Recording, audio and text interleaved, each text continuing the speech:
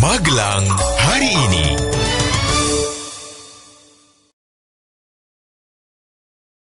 Halo warga Magelang, senang sekali saya Lovelovado bisa kembali menjumpai Anda. Dan saya sudah siapkan rangkuman-rangkuman berita terbaru hanya di Magelang hari ini. Langsung saja kita menuju ke berita yang pertama. Warga Magelang, Pemkot kembali didesak segera mengupayakan perbaikan talut laren di Kali Gadean, Tidar Campur yang jebol Jumat malam lalu. Desakan muncul dari kalangan dewan karena eksekutif tidak segera bertindak. Mereka khawatir jika tidak diperbaiki akan terjadi jebol susulan yang mengancam keselamatan warga dan pengguna Jalan Beringin 2. Kita menuju ke berita selanjutnya. Bantuan PNPM Mandiri Pariwisata tahun ini memunculkan masalah baru.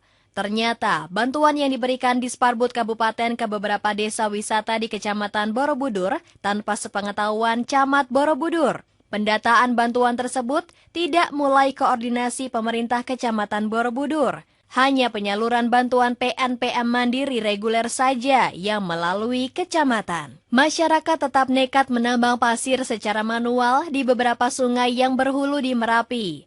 Meskipun terkena lahar dingin, mereka belum khawatir dengan tumpukan endapan yang mulai terlihat. Sebab tumpukan endapan belum setebal saat banjir besar yang terjadi pada awal bulan lalu. Warga Magelang di hari Valentine kemarin Satpol PP Kota merazia 6 hotel melati di kota. Hasilnya, sebanyak 10 pasang atau 20 orang tanpa surat nikah berhasil terjaring.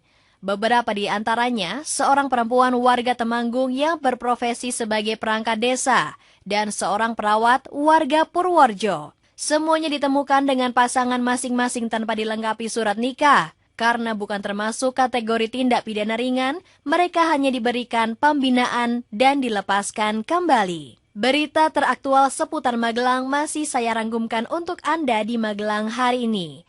Warga Magelang, Kasih Pitsus dan Kasih Intel Kejari Magelang langsung menyambangi kantor DPU Pemkot kemarin. Kedatangan mereka untuk menanyakan seputar pelaksanaan proyek keramikasi Jalan Pemuda Kota yang diindikasi menyebabkan kerugian negara. Keduanya menanyakan soal data dan fisik proyek tersebut. Informasi selanjutnya, setelah digenjot fisik selama 4 hari, pemain PPSM Magelang diberikan waktu untuk latihan. Manajemen memberi waktu beristirahat pada pemainnya. Mereka memanfaatkan waktu untuk melakukan renang di kolam renang Sukoco. Mereka juga berlatih meloncat di dalam air agar otot tidak gampang cedera. Adanya variasi latihan ini diharapkan dapat mengusir kebosanan pemain dari rutinitas latihan. Masih di seputar dunia olahraga, PPSM Sakti Magelang melakoni laga kandang kedua pada lanjutan kompetisi divisi utama LI melawan Persik Kediri hari ini di Stadion Madia Magelang. Tim asuhan Ari Mustriantoro ini terus berbenah agar mampu meraih hasil maksimal. Apalagi pada laga perdana mereka ditahan imbang Madiun Putra 3-3. Untuk pertandingan kali ini, tim mengandalkan duet Sheila Duada dan Diallo Mamadov. Beralih ke informasi selanjutnya. Kondisi wilayah yang berbukit-bukit dengan jenis tanah gembur membuat desa Ngepan Rejo Bandongan masih rawan longsor. Warga yang tinggal di lereng bukit diharapkan untuk meningkatkan kewaspadaan jika terjadi hujan deras. Informasi-informasi terbaru masih saya rangkumkan untuk Anda di Magelang hari ini. Warga Magelang, wali kota mengajak semua pelajar di kota melaksanakan kegiatan Ayo Membaca. Sebab dengan membaca, wawasan berpikir siswa menjadi lebih berkembang serta menambah ilmu pengetahuan. Selain itu, membaca sejak dini akan mendorong siswa meraih prestasi setinggi mungkin.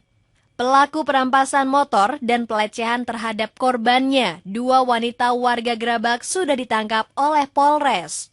Sebelumnya, pelaku sempat melarikan diri ke Jakarta. Dari keterangan pelaku, polisi memperoleh informasi mengenai identitas 3 tersangka lain. Saat ini, polisi melakukan pengejaran terhadap ketiganya.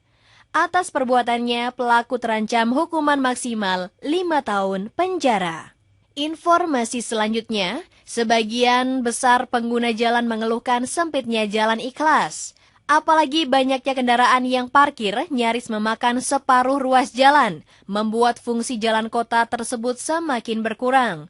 Salah satu pemicunya karena sebagian ruas jalan digunakan untuk berparkir. Sempitnya jalan tersebut juga membuat banyak pengguna jalan merasa was-was. Warga Magelang, kita menuju ke berita yang terakhir. Sebanyak 64 mahasiswa Universitas Tidar Magelang memperoleh beasiswa dengan nominal yang bervariasi. Rinciannya, 50 diantaranya mendapatkan beasiswa dari Kopertis Jateng, 12 mahasiswa dari Diknas Jateng, dan 2 mahasiswa mendapatkan beasiswa Super Semar. Para mahasiswa tersebut terpilih berdasarkan IPK yang minimal harus 2,75. Dasar lainnya adalah kemampuan ekonomi para mahasiswa. Telah Anda simak berita-berita terbaru seputar Magelang di Magelang hari ini. Setiap harinya, Anda bisa memperbarui informasi Anda. Saya Lovi Lovado, ayo jangan mudah menyerah.